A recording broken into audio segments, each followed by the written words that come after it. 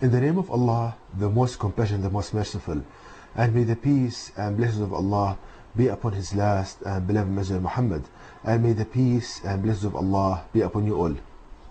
This is the fourth episode in the program The Quran in Practice, and in this program I'm demonstrating, with the help of Allah God Almighty, how to understand and implement the last revelation of Allah God to people, the Noble Quran, such that if people understood the Quran and implement it, they would not need any other book, and their teacher would be Allah God Almighty, and the reference book would be the Noble Quran. Now this episode is entitled The Design of a Structure That Can Withstand Earthquakes. Now earthquakes, when they happen, they produce so much force and vibrations on a structure that it crumbles, and damage happens, structural damage happens to the structure when earthquake occurs. Now the question is how to design a structure that can withstand earthquakes, i.e. remain stable and does not fracture when earthquake occurs. Now the answer can be found from the guidance of the Noble Quran, and Allah God Almighty gives us the answer to this question, which modern engineering failed to produce. Allah God Almighty gives us the answer for this in the last revelation of the Noble Quran in a few verses. The key to the answer can be found in chapter 21 verse 30 of the Noble Quran, which states, "Have not those disbelieved known that the heavens and the earth were joined together as one weaved tapestry, and then Allah tore them apart, and Allah God has made from water every living thing, will they not then believe?" So Allah God Almighty states in this Quranic verse that He has made from water every living thing, which means that Allah had designed all of His creation based on water. For example, if you think about water, water is composed of matter, the thing that you feel, and energy, the driving force in water. We see creation as well is based and can be divided into matter, the thing that you feel and touch, and energy, the driving force in creation. So we see how Allah God Almighty made from water every living thing, which i.e. He designed His creation based on water. It's like water is a model for all creation. Now if we think about the distribution of matter in water and how Allah God Almighty designs matter in water, we see that Allah arranged the atoms in water in hexagonal arrangement, hexagonal pattern, as you can see on the screen. And this hexagonal pattern, if we link it to the verse in the Noble Quran in chapter 32 verse 7, which states, Allah God who perfected everything He created, and He began the creation of humans from soil. So linking the fact that Allah God Almighty created everything in a perfect way, that all of His creation is optimized, thus we can conclude from this that arranging the load handling units in a structure in a hexagonal arrangement is the best way to do that. So the best way to build a structure is to arrange its units in a hexagonal arrangement. Among the other advantages of hexagonal shape, that it covers the maximum region with the minimum amount of material. Now linking all of this to the verse in the Noble Quran in chapter 16 verse 6a, which states, "And your Lord inspired the bees to take their habitation in the mountains and in the trees and in what they erect." So we notice that in the last revelation of Allah God to people in the Noble Quran, the Almighty mentions so many of His creations, like the bees, the camel, the spider. Now if we think, why does Allah God Almighty mention these creatures?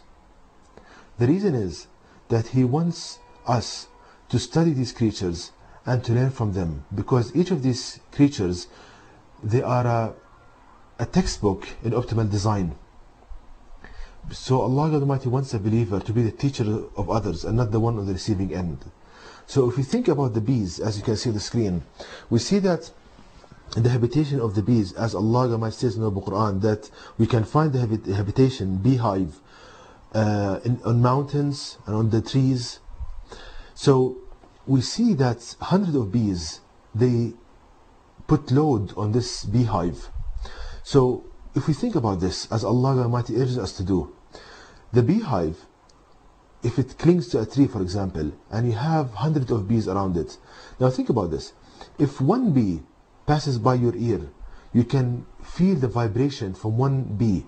Imagine hundreds of bees on this structure clinging to a tree, and still it remains stable and does not crumble, and there is no structural damage in it.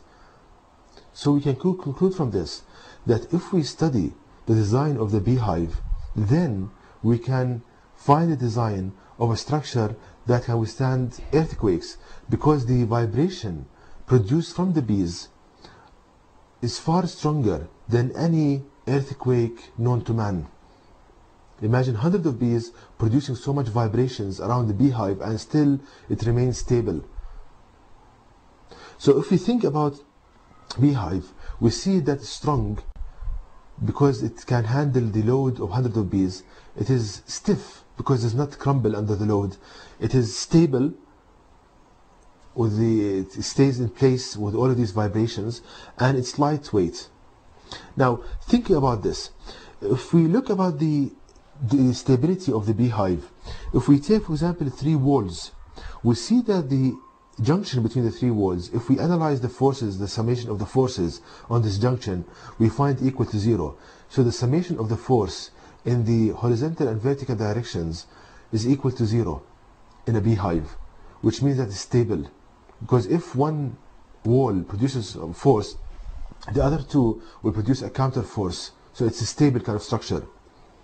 The other thing, that Allah Almighty designed it in a hexagonal shape. Hexagonal shape, it covers the maximum region with the minimum amount of material, which means that it has a light weight.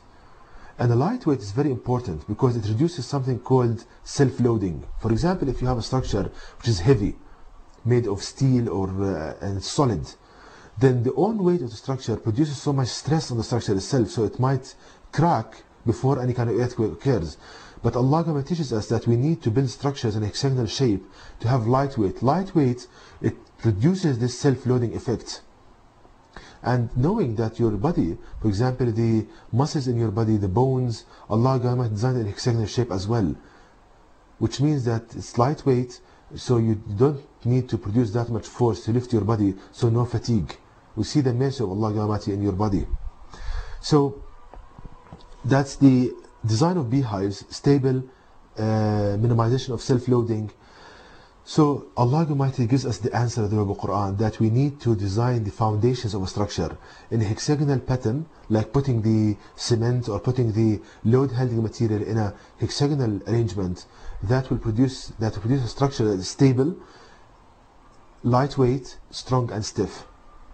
So the practical application of this, a foundation for a building, instead of putting it like a solid, putting it in a hexagonal cell arrangement. Now, putting some computer simulations how to implement the Noble Quran, we see on the screen a comparison between a foundation made from a solid material and that made of a hexagonal cell. We see that the distribution of displacements on these 2 structures, on the left, we see that the hexagonal shape produces a homogeneous distribution of displacements, while the solid one produces inhomogeneous. And having a homogeneous displacement is very important for the stability of the structure.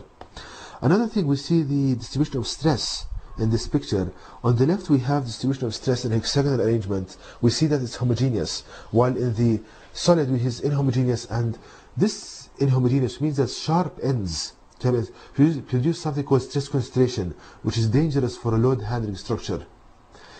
So we see that Allah teaches us the optimal design for a structure that can handle loads.